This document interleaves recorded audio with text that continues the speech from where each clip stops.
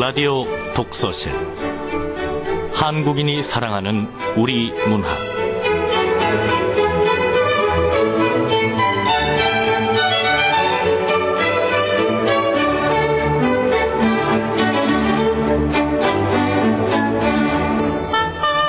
안녕하세요. 아나운서 김경란입니다. 엄마야 누나야 김소월. 엄마야 누나야 강변 살자. 뜰에는 반짝이는 금모래빛. 뒷문 밖에는 갈잎의 노래. 엄마야 누나야 강변 살자. 네, 김소월님의 엄마야 누나야입니다. 어디선가 그 맑은 노랫소리가 들리는 것 같지 않으세요? 이 시는 학창시절에 수업 시간에 다들 들어보셨을 거예요. 근데 그 학창시절 공부니 시험이니 이런 생각을 하면 시 본래의 아름다움을 느끼지 못할 때가 있어요. 그러다가 세월이 지난 후에 학창시절에 배웠던 시들을 떠올리면 새로운 아름다움을 느낄 때가 있습니다. 이 엄마야 누나야 라는 시도 그 중에 하나가 아닌가 싶은데요. 저는 이 시를 읊으면서 문득 좀 평화롭게 살고 싶다라는 마음이 들었어요. 육신과 마음 모두가 평화로운 삶. 그런데 누가 그러더라고요. 마음을 비우고 욕심을 버리면 지금 내가 서 있는 이곳이 평화로운 곳이라고요. KBS 라디오 독서실 한국인이 사랑하는 우리 문학 2010 신춘문예 당선작들을 만나보고 있죠. 오늘은 그 마지막 시간으로 동아일보 중편소설 당선작 정유경 작가의 아직 한 글자도 쓰지 않았다 만나봅니다.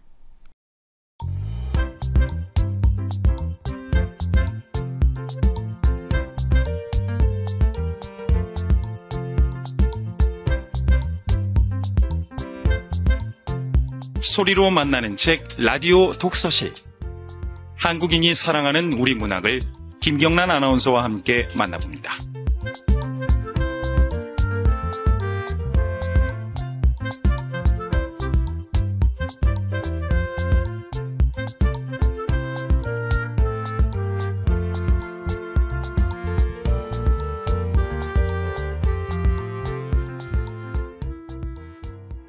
(2010) 동아일보 중편소설 당선자 정유경 씨는 1979년 서울에서 출생했고 홍익대학교 산업미술대학원을 졸업했습니다. 그리고 대학교에서 미술을 가르치고 있는데요. 언제 어떤 계기로 글을 쓰게 됐는지는 잠시 후에 직접 모시고 자세하게 이야기 나눠보겠습니다.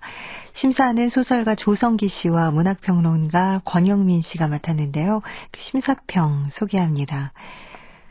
정유경 씨의 아직 한 글자도 쓰지 않았다를 당선작으로 선정한다. 전반적으로 서사를 이끌어가는 이야기의 솜씨가 뛰어나다. 물론 이 작품을 더욱 압축시켜 하나의 단편으로 만들었다면 훨씬 더 짜임새 있는 성과를 거두었을 것이라는 점을 지적하긴 했지만 감각적인 문장과 빠른 호흡을 긴장감 있게 유지하면서도 주제에 대한 집중력을 발휘하고 있다는 점을 높이 평가하였다. 일종의 메타적 기술법을 활용하여 구성해낸 텍스트의 성격이 매우 도전적이라는 점에도 주목한다. 이 새로운 이름의 작가는 이제부터 소설을 써야 하는 단계에 접어든 셈이다. 네, 심사위원들의 평가 들어보셨고요. 자, 그럼 지금부터 2010 신춘문예 시리즈 그 마지막 작품으로 동아일보 중편소설 당선작인 정유경 씨의 아직 한 글자도 쓰지 않았다. 함께 하겠습니다.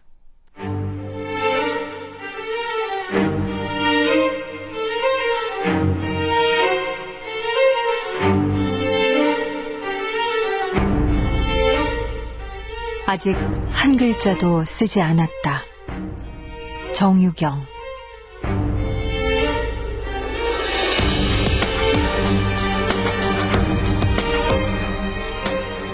누군가가 사라지는 데서부터 시작되는 책을 하나 알고 있다. 더럽고 달콤한 쥐약 같은 책이다. 그 책 속에서는 누구나 사라진다. 나는 그 책에서 당신이 사라지는 것도 보았다. 나 역시 오래전에 그 책 속에서 사라졌다. 그리고 나는 안다. 지금 이 순간에도 분명히 사라지고 있다. 누군가는. 그 책을 쓴 K라는 여자는 짐작했겠지만 고집 있는 작가였다. 한 번은 귀 뒤에서 자라나는 괴물 사마귀에 대한 소설을 쓴 뒤 정말로 귀 뒤에서 괴물이 자라났다고 보여주기도 했다. 물론 그 괴물은 K의 소설에서처럼 곧 사라졌지만. 그리고 이번에는 이 일이 일어났다. K가 가장 즐기는 주제가 실현된 것이다. 누군가 사라지는 일. 사라진 것은 K 자신. 그러니까 내 하나밖에 없는 언니였다.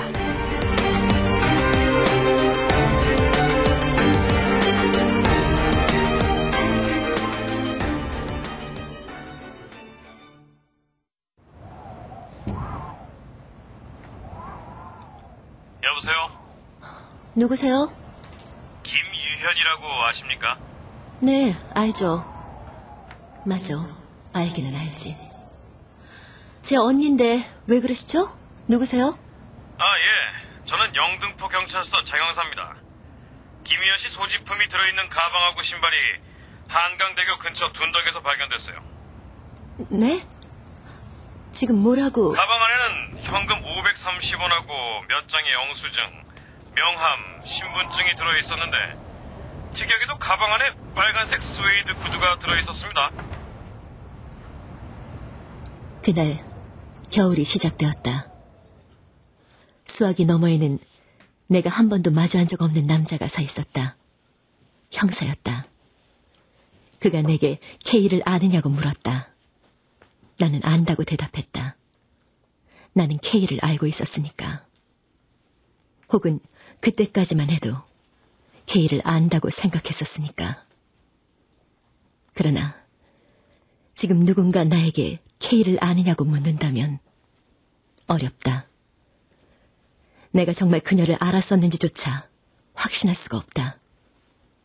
그것이 내가 이제 그녀와 관련된 모든 것을 말할 때마다 내가 아는 한, 내가 기억하는 한이라는 말들을 덧붙여야만 하는 이유다.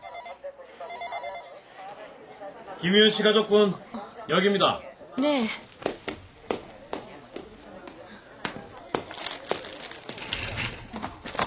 이 구두 아십니까? 네. 언니 구두 맞네. 언니 지갑 속에 동생 학생증이 들어있었어요. 확인해보세요. 이건 중학교 때 내 학생증인데? 왜 이 안에 당신의 학생증이 들어있는 거죠? 그건 내가 묻고 싶은 겁니다. 지금 학생이십니까? 네? 설마 중학생이냐고 묻는 건 아니죠? 아니, 그게 아니라 지갑 속에 들어있는 게 별로 없어요. 아무래도 자살을 한 거... 자살이요? 우리 언니는 자살 같은 거 안 해요. 유족으로서 인정하긴 싫겠지만 그렇지 않습니까? 그렇다뇨? 구두를 벗어놓은 건 강물에 뛰어들기로 작정한 사람들에게는 통과 의례랄까, 뭐 일종의 전통 같은 거니까요. 형사는 K의 자살을 증명해줄 결정적인 단서를 찾지 못했지만 그것을 부인할 만한 단서도 찾아내지 못했다. 그리고 단서가 없었으므로 그는 K가 강물로 걸어 들어갔으리라 주장했다. 하지만 그는 모른다. 그는 내가 아는 것을 모르고 있었다.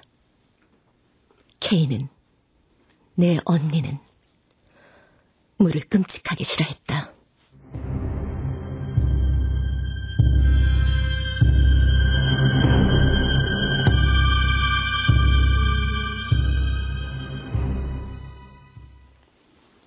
그해 여름, K는 바위에 앉아서 큰 눈을 굴리며 나를 쳐다보고 있었다.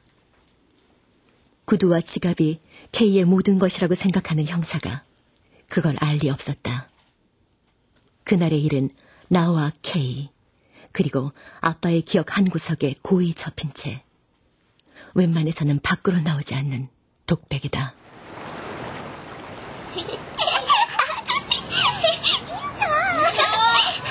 조심해서 타야 한다. 강물 속으로 들어가면 안 돼. 네. 유연아, 동생 잘 가야 돼. 네, 엄마.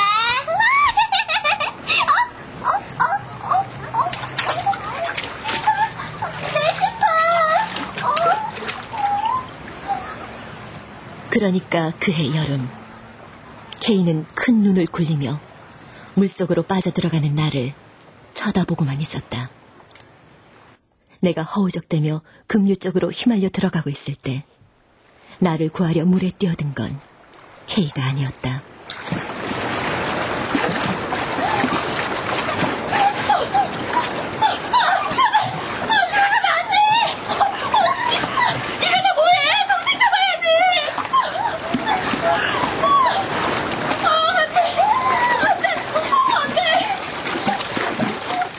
나를 무트로 밀어올린 뒤 강가에 새파랗게 누워있던 건 케이가 아니다.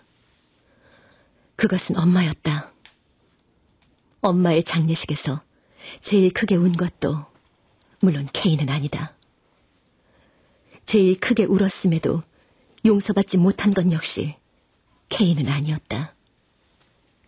그날 이후 큰 소리로 우는 법을 잊어버린 건 케이가 아니다. 그것은 나였다. 아빠는 그런 엄마를 그리워하다 오랜 병치레 끝에 죽었다. 그런데 어째서 형사는 케이가 강으로 걸어 들어갔으리라고 생각하는 걸까? 이쯤에서 미리 말해두겠다. 이 이야기는 추리소설이 아니다.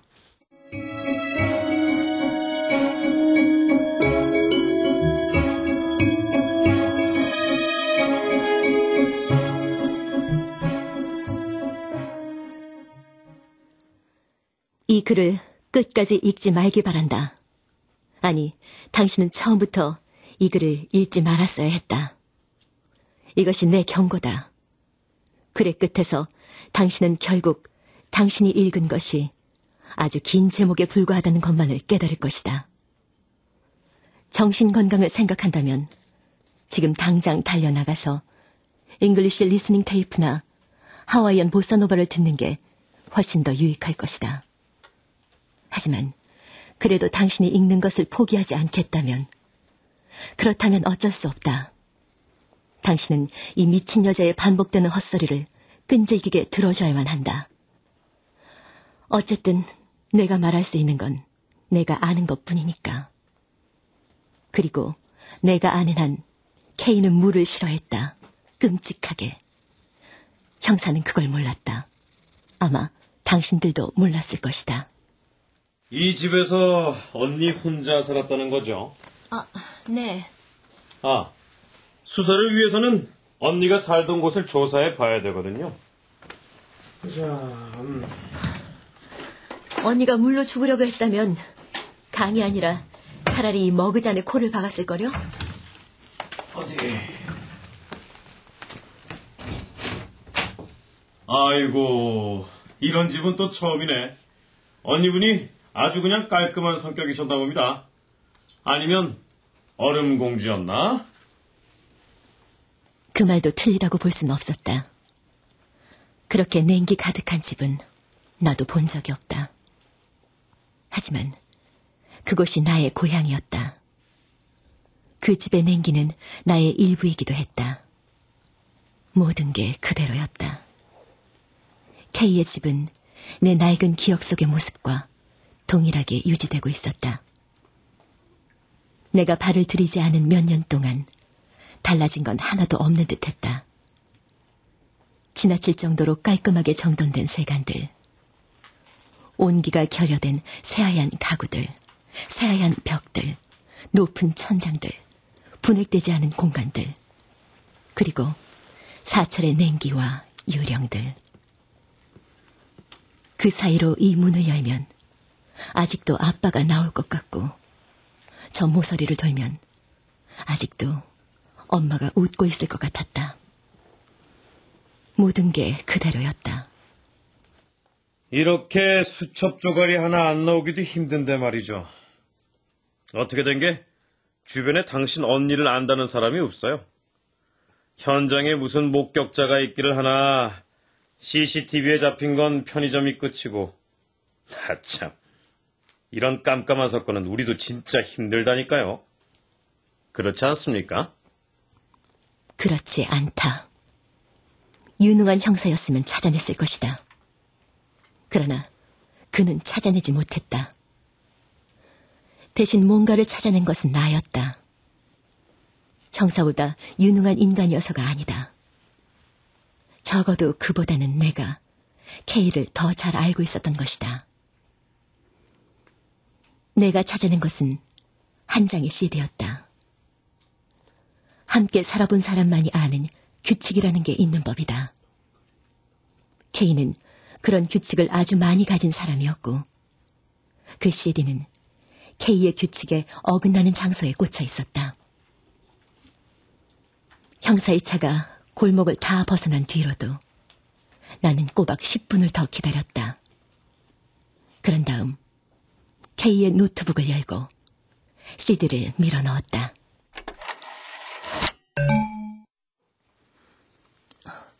700MB짜리 CD롬이라. CD 앞면에는 K의 필체로 선명하게 My Everything이라는 제목이 적혀 있었어.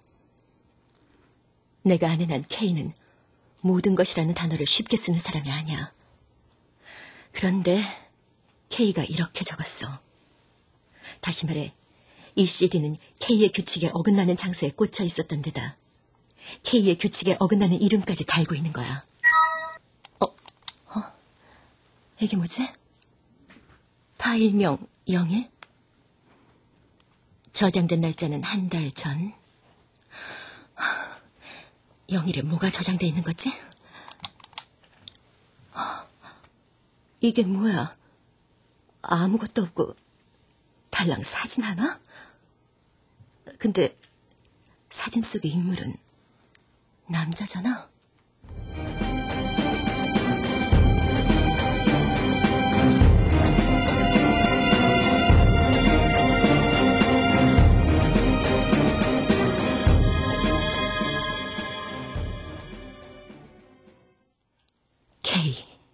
K. 하지만 CD 안에 놓은 사진을 들여다보던 그때 나는 내가 과연 그 이름을 알았던 적이 있긴 했나 하는 생각을 하고 있었다. 정말로 이게 다인가? 이것이 남아있는 모든 것인가? 내가 아는 K는 그런 사람이 아니었다. K는 자신의 흔적을 세상보다 중요하게 생각했던 사람이다.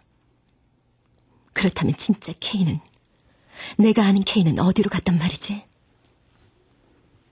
벌써 한 계절이 다 지나간다.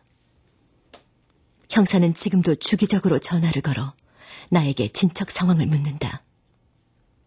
하지만 그건 내가 물어야 하는 질문 아닌가? 자동 응답기에는 당신의 메시지가 7개, 서점에서 온 메시지가 1개, 주문한 책이 들어왔다네요. 그리고 기막힌 알짜배기 땅이 있다나 뭐라나 하는 스팸으로 생각되는 메시지가 또 1개. 그런데 당신은 언니를 이름으로 부르고 있더군요. 왜죠? 언니가 그렇게 불러주기를 원했어요. 언니분 명의로 된 핸드폰이 없더군요. 먼저 연락을 하는 쪽은 당신이었습니까? 당신의 메시지를 들으면 언니 쪽에서 곧바로 전화를 걸어오나요? 사이는 좋은 편이었습니까? 핸드폰. 그래, 핸드폰. 핸드폰이 왜요? 아닙니다. 언니와 연락이 닿은 건 언제였죠? 가을이요. 2달 전쯤. 2달 전이라, 2달. 무슨 얘기를 나눴는지 물어도 되겠습니까? 어떤 낌새 같은 거 없었어요? 평소와는 다른 그 무엇? 유능한 형사였다면 핸드폰을 사용하지 않은 K의 지갑 속에 어째서 핸드폰 수리기사의 명함이 들어있는지 의아해했을 것이다. 그러나 그는 의아해하지 않았다. 나는 의아했다. 왜냐하면 명함에 수리기사의 얼굴이 박혀 있었던 걸 내가 기억해냈기 때문이다. 그 얼굴과 CD 속의 얼굴이 동일한 이목구비를 소유하고 있다는 걸 내가 기억해냈기 때문이다.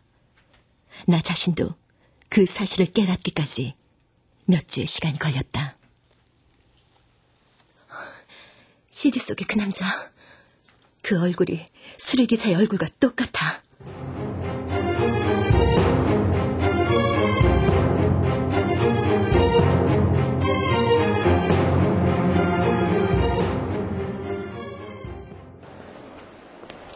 우리전자 서비스 센터입니다.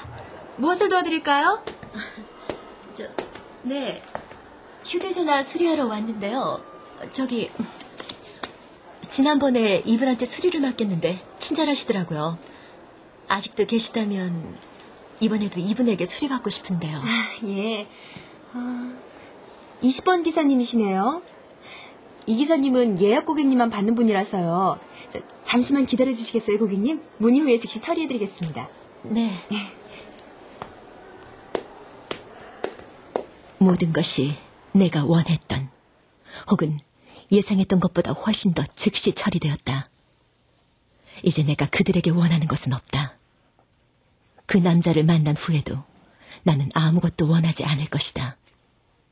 다만 그의 얼굴을 보고 싶을 뿐이다. 그뿐이다. 거짓말. 사실은 쿵쾅거렸다. 심장이 하얘졌다 까매졌다 다시 빨개졌고 어깨와 무릎과 뒷목이 덜덜 떨렸으며 두려움을 감추기 위해 주머니에 넣은 손 안에서는 접혀진 칼이 새파란 땀들과 함께 연신 미끄러지고 있었다. 남자는 칸막이로 가득한 수리실의 20번 창구에 앉아 있었다.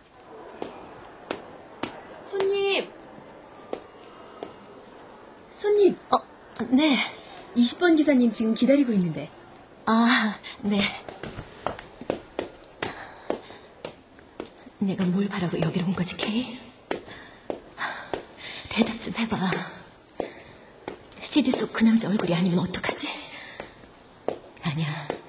그래도 확인은 해봐야지. 케이가 남긴 유일한 사진인데.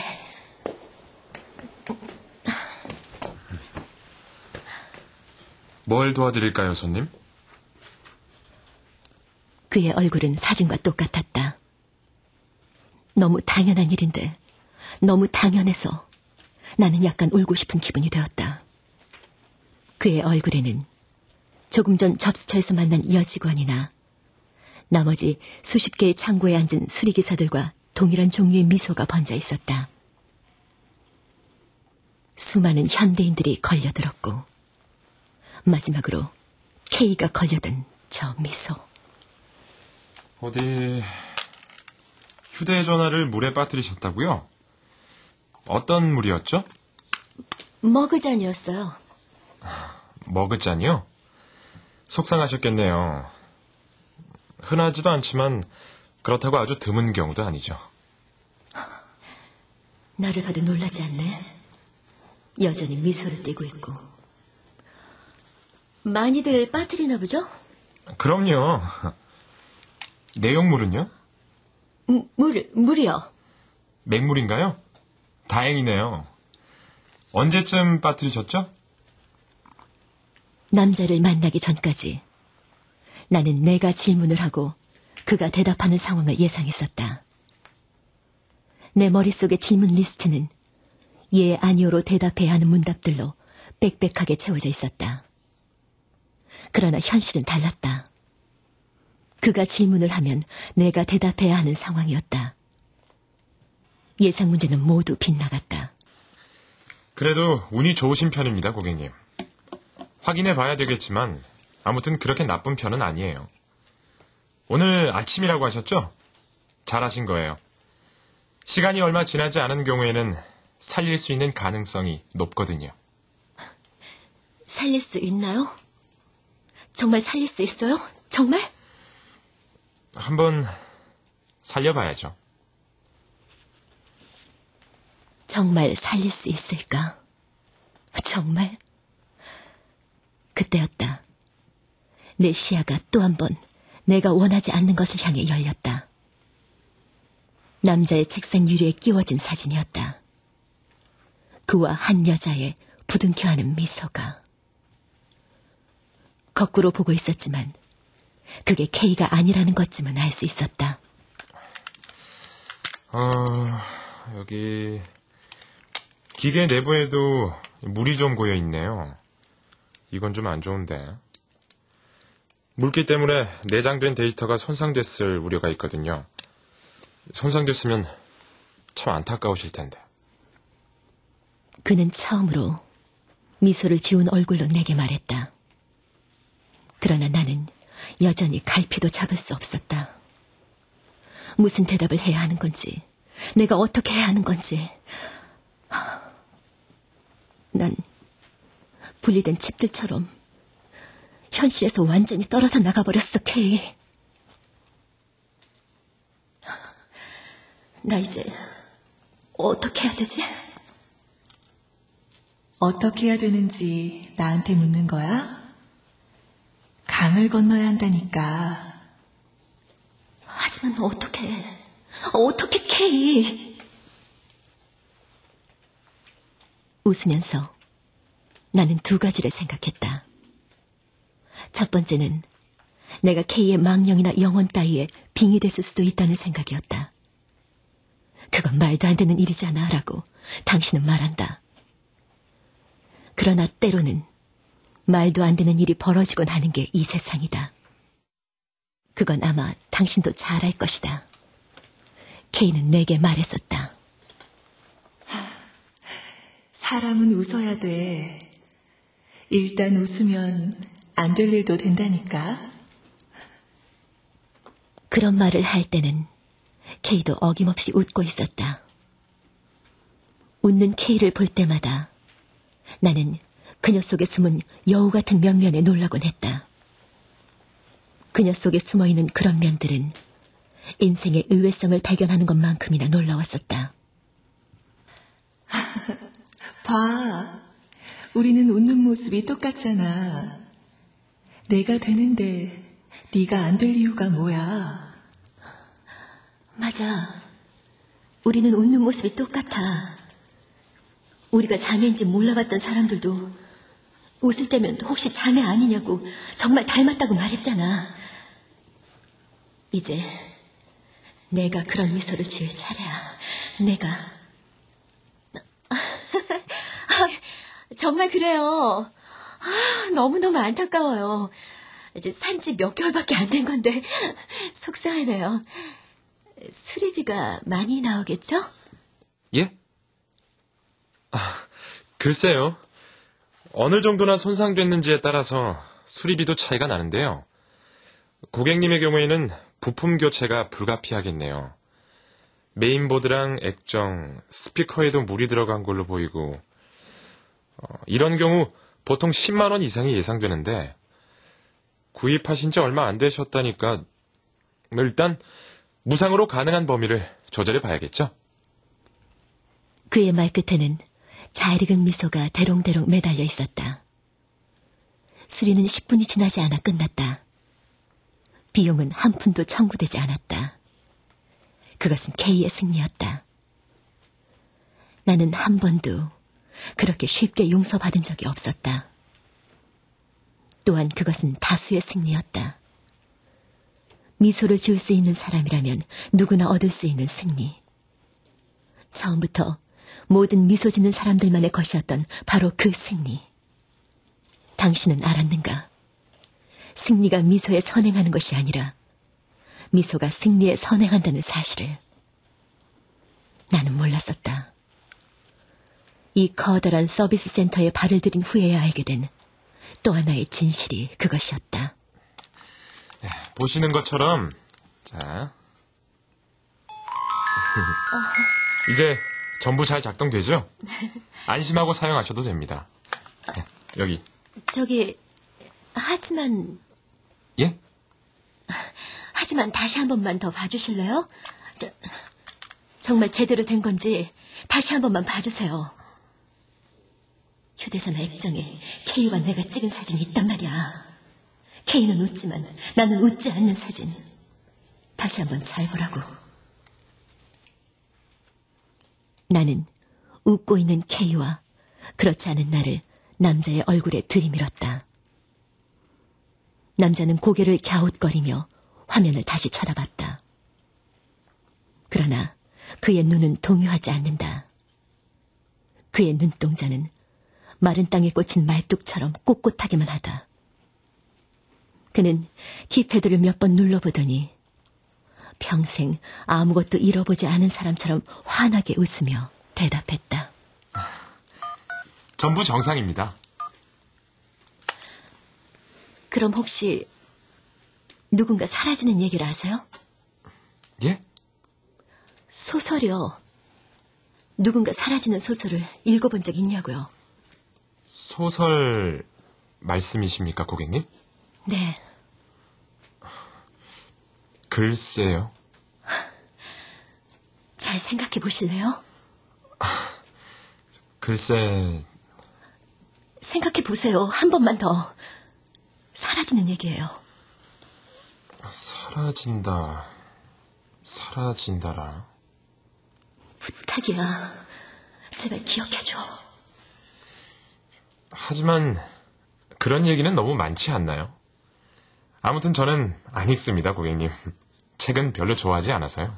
그럼 혹시 커피 좋아하세요? 좋아했죠, 커피. 하지만 안타깝게도 이제는 못 마십니다. 위에 구멍이 생겼거든요. 도움을 드리지 못해 죄송합니다, 고객님. 더 궁금하신 사항 있으십니까? 아니요. 그럼 조심해서 사용하시고요. 이젠 잘 작동되겠지만 물에 한번 빠졌던 기기는 장고장이 생길 수 있다는 거 잊지 마십시오. 그가 핸드폰을 내게 건넸다. 나는 내 손에 들어온 작고 견고한 진실을 믿을 수 없었다. 이렇게 완벽하게 고쳐지다니. 그렇게 깊숙이 물속에 잠겼는데 이렇게 간단히, 이렇게 완벽하게. 나는 믿을 수가 없었다. 이렇게 완벽하게 사라져버린 가능성을, 이렇게 완벽하게 사라져버린 희망을. 그렇지만 내가 이곳에서 할 수 있는 일도 더는 없었다.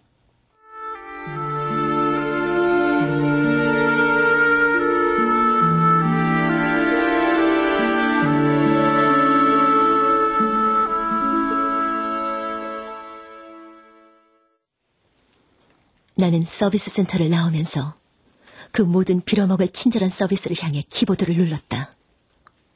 그리고 이제 그 남자를 잊을 것이었다. 한 가지 위안은 내가 언제고 다시 핸드폰을 물에 빠뜨릴 수 있다는 사실이다. 그냥 검지와 엄지를 이용해 안테나를 잡고 핸드폰의 몸체만 강에 빠뜨려야겠다. 이르면 오늘 중으로 서비스 센터를 다시 찾을 수 있겠지. 그때는 내가 기억하는 K의 소설 제목들을 전부 남자에게 불러줄 것이다. 이거라면 읽어본 적 있지 않느냐고. 이 이름들이라면 알지 않겠느냐고. 내가 모르는 K를 알고 있지 않느냐고. 왜냐고. 왜 그랬냐고. 도대체 K가 왜. 한강으로 가는 버스 안에서 나는 오랜만에, 너무나도 오랜만에 무릎을 끌어안고 어린아이처럼 엉엉 울어버렸다.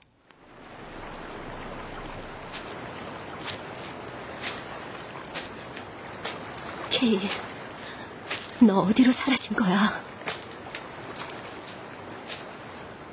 아빠가 용서를 빌어야 할 존재는 너나 나나 다른 누군가가 아닌 아빠 자신이야. 모르겠니? 하지만 K, 그건 아니잖아. 언니는 항상 이해 못할 말들을 해. 용서받지 못한 건 나였다고 잊은 거야?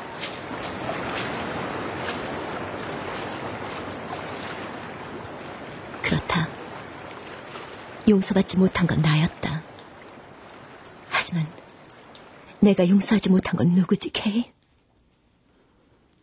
생각해보면 나는 거의 모든 순간, 거의 모든 말의 의미를 몰랐던 것 같다. K였다면 알았을지 모른다. K는 늘 나보다 두세 발씩 앞서갔으니까. K, 착하고 예쁜 딸, 말 없는 소녀. 한 번도 도망치지 않았으며 한 번도 잡히지 않은 아이. 100마디의 말 대신 언제나 미소를 선택했던 여자. 그러나 나는 K가 아니다. 문득 그 기억이 난다. 내가 18인가 19대였으니까 아빠가 50살쯤 됐을 때의 일이다. 아빠는 그때 이미 쇠약해질 대로 쇠약해진 상태였다. 우리는 거실 창밖으로 노을이 치는 걸 쳐다보고 있었는데 아빠가 느닷없이 이런 얘기를 꺼냈다. 질문이라는 게 참 많지, 얘들아. 나한테도 있다. 한 번도 풀어보지 못한 질문이라는 게 있어. 이 아빠한테도. 난 앞으로도 절대로 그 문제를 풀 수 없을 거다. 누구나 그런 질문을 서너 개쯤은 갖고 태어나는 거야. 그때 나는 그 말의 의미도 그 말을 하는 아빠의 의중도 파악할 수 없었다. 다만 노을이 저렇게 빨간 걸 보니 세상에 먼지가 참 많은가 보다 하고 생각했을 뿐이다. 그런데 내 옆에 앉아있던 K가 갑자기 울기 시작했다. 왜 우는 거냐고 내가 물었지만 K는 대답도 없이 태양이 완전히 사라질 때까지 계속 울기만 했다. 그 기억에서도 이제는 절임 음식처럼 묵은 내가 난다. 나는 이제 강이 잘 보이는 둔덕에 볼품없는 풀들 사이에 앉아있다. 겨울, 평일 오후 3시.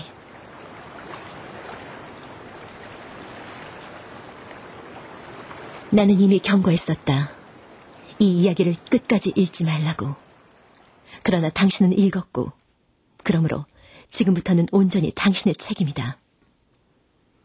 만약 이 책이 제대로 된 추리소설이었다면 이야기가 진행됨에 따라 첫 장에서는 알 수 없었던 비밀들을 차례차례 터뜨림으로써 독자의 궁금증을 지속적으로 자극했을 것이다. 그러나 당신도 알다시피 이 이야기는 아니다. 당신은 이제 제대로 되지 못한 추리소설을 하나 알게 되었다. 그 소설은 머저리 같은 주인공의 불안전한 심리 상태와 무의미한 묘사만 나열하며 시간을 끈다. 그러다가 마지막 장에서야 모든 비밀을 앞뒤도 맞지 않는 방식으로 폭로하거나 심지어 마지막 장에서조차 아무것도 밝혀내지 않는다. 독자들은 우라통을 터뜨리고 그 고약한 책을 읽느라 허비한 시간을 보상받고 싶어 할 것이다. 하지만 그게 내 잘못이란 말인가? 나 또한 그 독의 희생자다. 나는 이 이야기를 아무도 기대하지 않은 황당한 결말로 끌고 갈 것이다. 사라진 이들이 돌아오지 않는다면 나에게는 모든 결말이 같다. 그렇지만 강물은 언제나 낮은 곳을 향해 흐르고 있었다고. 귀를 기울이면 들린단 말이지. 어때? 들리니? 뭐라고, K? 잘 안 들려. 언니, 지금 뭐라고 했어? 나는 다시 울었다. 어린아이처럼 엉엉. 그러나 나는 울지 않았다. 단 한 번도 실패해보지 않은 어린아이처럼. 나는 이제야 비로소 내가 쓰려고 하는 이야기에 얼마나 많은 종이가 필요한지를 깨닫는다. 이것은 아주 긴 얘기가 될 것이다. 나는 아직 한 글자도 쓰지 않았다.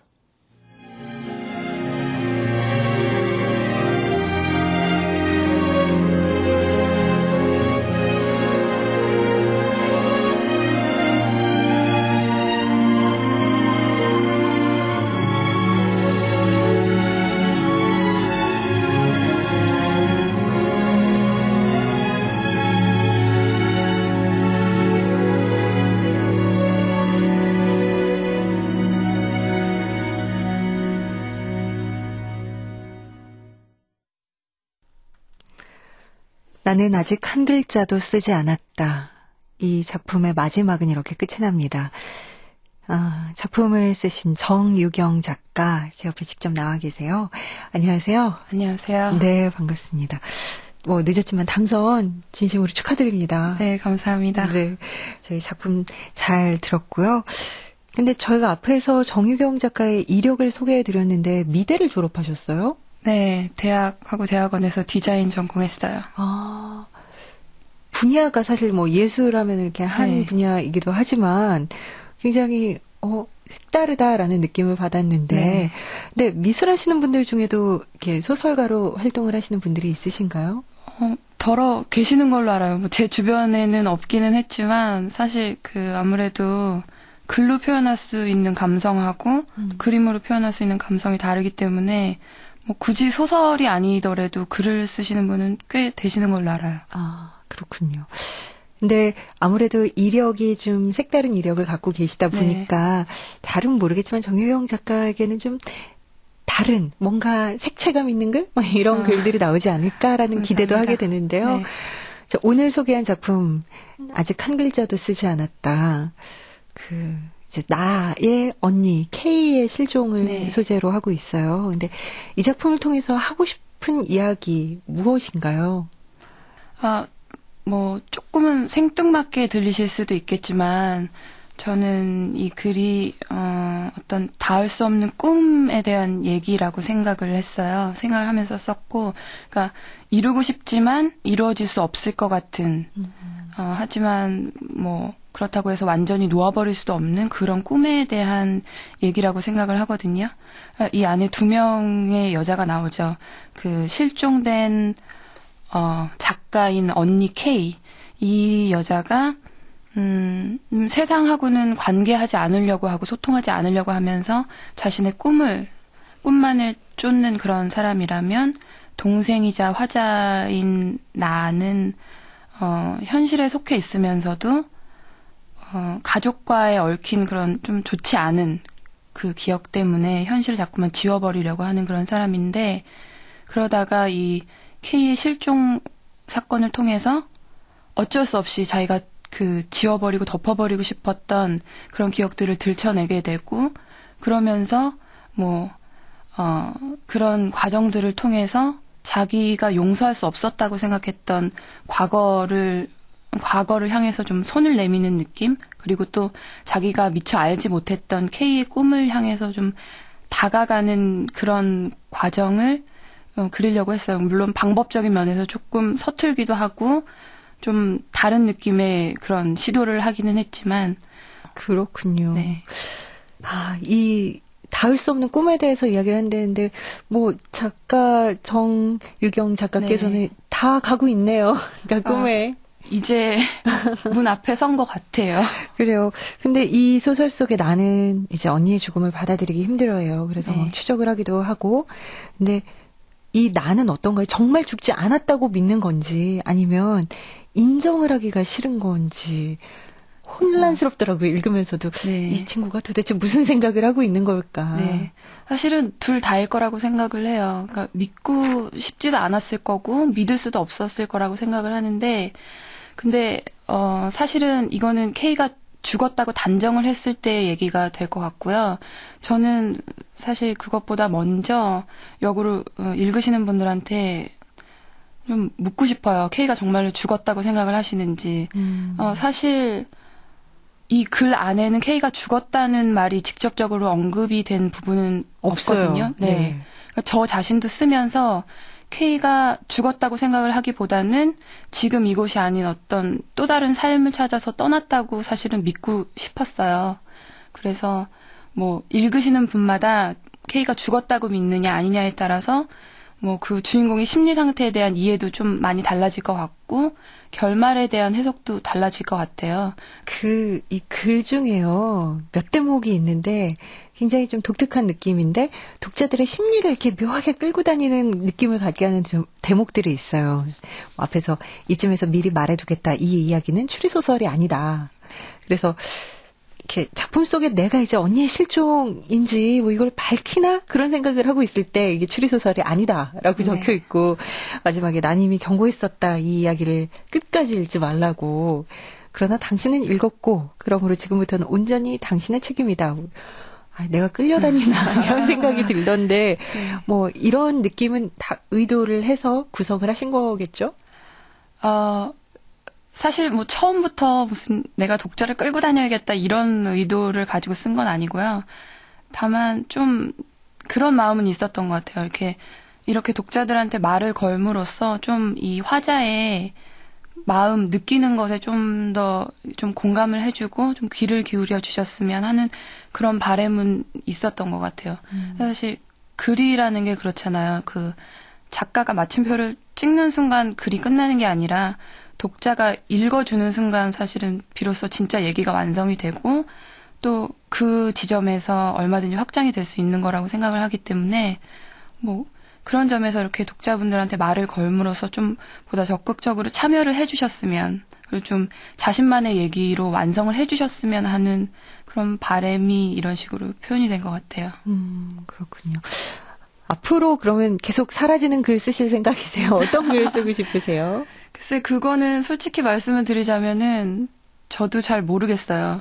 그러니까 제가 아직까지 쓰면서 사실 한 번도 내가 어떤 글을 써야겠다라고 마음을 먹고 뭔가를 의도하고 글을 쓴 적은 없었거든요.